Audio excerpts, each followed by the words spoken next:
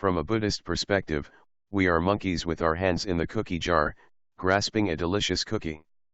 The problem is that we can't remove our hand, holding the cookie. The jar is a soul trap.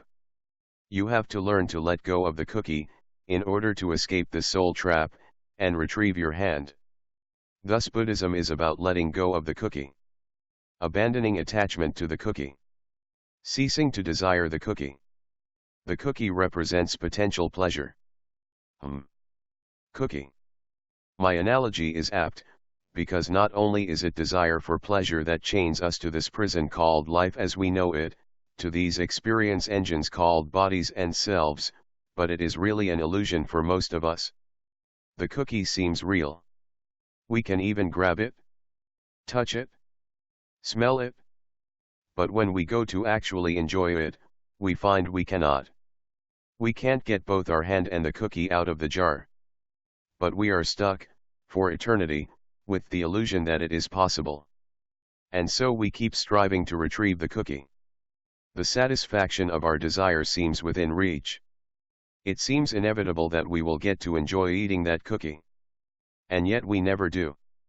We remain on the verge of satisfaction. On the verge of pleasure.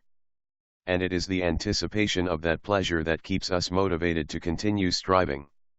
We have the desire. A yes and a straight line, as Nietzsche put it.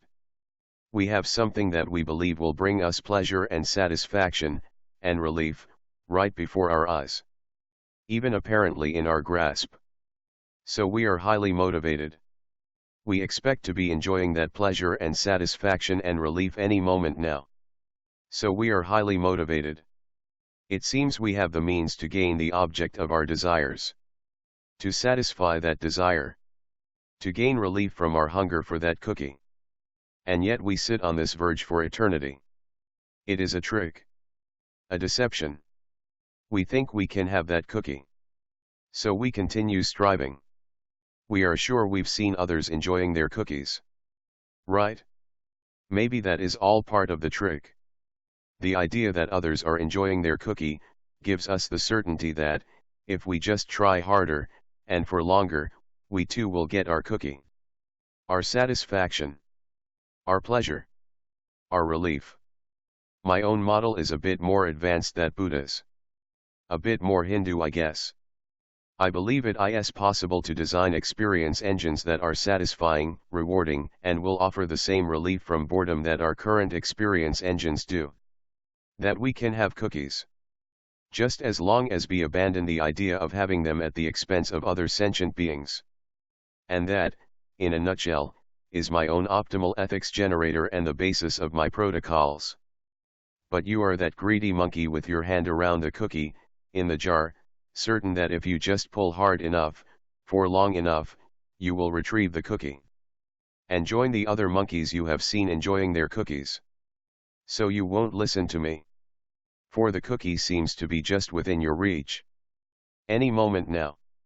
Why waste time and effort listening to me, when all you need to do is pull harder, wait a little longer, and you will have your cookie to enjoy. That is your little monkey brain speaking. I too had only a little monkey brain to work with. But like a few other people before me, I realized it is a scam. All that talk about other monkeys and their cookies. Even the fact that I seem to see loads of monkeys enjoying their cookies. But it is a trick. Let go of the cookie. The cookie baked at a huge cost to other sentient beings. At the cost of the suffering of other sentient beings. Let go of that cookie, and together we can bake an entirely different sort of cookie. One that everyone can enjoy. Actually have. Eat. And be satisfied with.